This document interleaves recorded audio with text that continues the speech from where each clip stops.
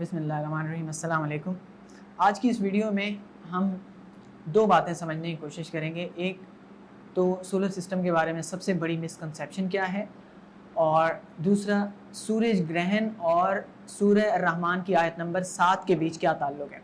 यानी सूरह रहमान की आयत नंबर 7 और सोलर सिस्टम में सूरज ग्रहण के बीच क्या ताल्लुक़ है। आयत नंबर 7 और सोलर इक्लिप्स के बीच कनेक्शन को समझने के लिए हमें सबसे पहले सोलर सिस्टम के बारे में एक सबसे बड़ी मिसकंसेप्शन को दूर करना ज़रूरी है।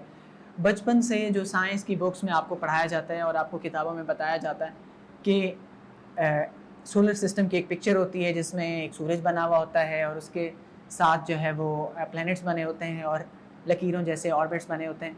तो सबसे पहले तो आप ये समझ लें कि दैट्स नॉट करेक्ट। ओके जी, आपको बुक्स में पढ़ाया जाता है और आपने बुक में एक मशहूर तस्वीर देखी होगी सोलर सिस्टम की।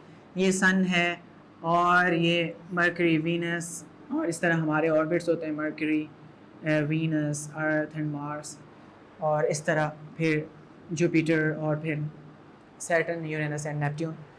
तो इसमें सबसे बड़ी मिस्टेक ये है, ना तो इन चीज़ों के साइज़ करेक्ट हैं और ना इनके बीच डिस्टेंस करेक्ट है। तो अगर इसको समझने के लिए आपको मैं एक मिसाल देता हूँ कि अगर सूरज एक बॉल के साइज़ का हो तो ज़मीन उसके मुकाबले में 10 लाख गुना छोटी है। सूरज के मुकाबले में ज़मीन 10 लाख गुना छोटी है। अगर सूरज एक बॉल के साइज़ का होगा तो ज़मीन उसके मुकाबले में रेत के एक दाने जितनी होगी। इतनी छोटी होने के बावजूद इसके बीच जो डिस्टेंस यहाँ बताया जाता है वो काफ़ी कम बनाया गया होता है। इनके प्लैनेट्स काफ़ी क्लोज दिखाई दिए गए होते हैं। अगर इतने क्लोज हो ना तो सूरज की जो हीट से ज़मीन बिल्कुल जल जाएगी जिस तरह। लेकिन ये सब क्यों किया जाता है? ये सब कुछ एक पेज पर दिखाने के लिए किया जाता है ताकि सोलर सिस्टम को आपको एक पेज पर दिखाया जाए। अगर इनके बीच एक्चुअल डिस्टेंस को रखा जाए तो आपका सोलर सिस्टम तो हमें इतना बड़ा पेज चाहिए होगा कि आपकी पूरी स्कूल की बिल्डिंग से भी बड़ा पेज चाहिए होगा, तब आप इनको करेक्टली इनको जो है मेंशन कर सकते हैं। अब ज़मीन सूरज से 10 लाख गुना छोटी है, तो अब मून जो है वो फिर 27% है उसका साइज़ अर्थ के साइज़ के मुकाबले में, यानी सिर्फ 27%, 3 गुना और छोटा है। अब मून घूम के, आपको पता है सोलर इक्लिप्स में क्या होता है, मून घूम के बीच में आ जाता है, सूरज और ज़मीन के दरमियान में आ जाता है, और जब दरमियान में आता है तो उसका जो शेडो है वो ज़मीन के ऊपर पड़ता है। जब उसका शेडो ज़मीन के ऊपर पड़ता है तो उसको हम सोलर इक्लिप्स कहते हैं। बाज़ जगहों पे ये पार्शियली होता है, पार्शियल सोलर इक्लिप्स होता है, और बाज़ औकात पे और बाज़ जगहों पे ये टोटल सोलर इक्लिप्स होता है। टोटल का मतलब कंप्लीट अंधेरा छा जाता है। अगर आप देखें इस साल पिछले साल के मुकाबले में कराची में ज़्यादा इसका इफेक्ट नज़र आया। जब टोटल सोलर इक्लिप्स होता है तो मून सूरज के सामने आ जाता है और ज़मीन पे अंधेरा छा जाता है। हैरत अंगेज़ बात यह है, जो सबसे बड़ी इसमें अल्लाह ताला की निशानी छुपी हुई है, और इसका ताल्लुक सूरह रहमान की आयत नंबर 7 से, वो ये है कि मून जब घूमते हुए सूरज के सामने आता है तो वो बिल्कुल उस वक्त मून का साइज़ सूरज के साइज़ के ऊपर ऐसे फिट आ जाता है जैसे बोतल का ढक्कन बोतल के ऊपर फिट आ जाता है।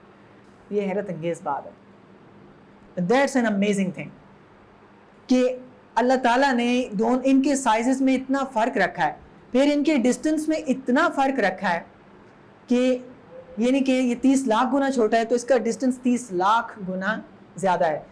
ये करेक्ट रेशो में आकर एक दूसरे को बिल्कुल छुपा देते हैं। इसको समझने के लिए मैं आपको एक आसान सी एग्जांपल देता हूँ। आप अपना अंगूठा लें और आप धूप में खड़े हो जाएं और आप उसको सूरज की तरफ करें, आप अपने अंगूठे से पूरे सूरज को छुपा सकते हैं। यानी कि आपके आँख के बीच और इसके बीच जो डिस्टेंस है, सूरज और इसके अंगूठे के बीच का जो डिस्टेंस है, अगर हम इनको डिवाइड करें और इसका और सूरज के साइज़ को डिवाइड करें तो ये इक्वल आता है। ये इक्वलाइजेशन जो है इसको हम फाइन ट्यूनिंग कहते हैं। ये वो बात है जिस पे साइंसदान भी आकर अल्लाह ताला को मानने पर मजबूर हो जाते हैं, या खुदा के बारे में जो नहीं मानते वो भी खुदा के बारे में सोचने पर मजबूर हो जाते हैं। ये एक ऐसा हैरत अंगेज़ पॉइंट है। सूरह रहमान की आयत नंबर 7 में अल्लाह ताला ने अब क्या कहा है मैं आपको बताना चाहता हूँ। अल्लाह ताला ने फरमाया आयत नंबर 7 में, वस्समाअ वरफ़अहा ववदा अल मीज़ान। अब ये जो मीज़ान है इसको कहते हैं बैलेंस, इक्विलिब्रियम, इक्वलाइजेशन। कैसे अल्लाह ताला ने की है कि जो रेडियस ऑफ मून है अगर आप उसको लेंगे और रेडियस ऑफ अर्थ को आप लेंगे, इसको अगर आप डिवाइड करेंगे और distance of moon to sun divided by distance of moon to earth से आप डिवाइड करेंगे तो ये हमेशा इक्वल आएगा।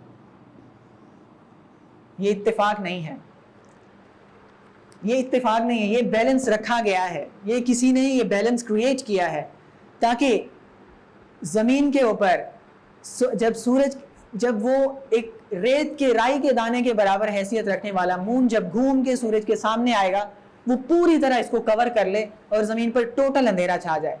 दैट द क्रिएटेड वांटेड, और उसने इस तरह अचीव किया। क्या हैरत अंगेज़ अल्लाह ताला की निशानी है।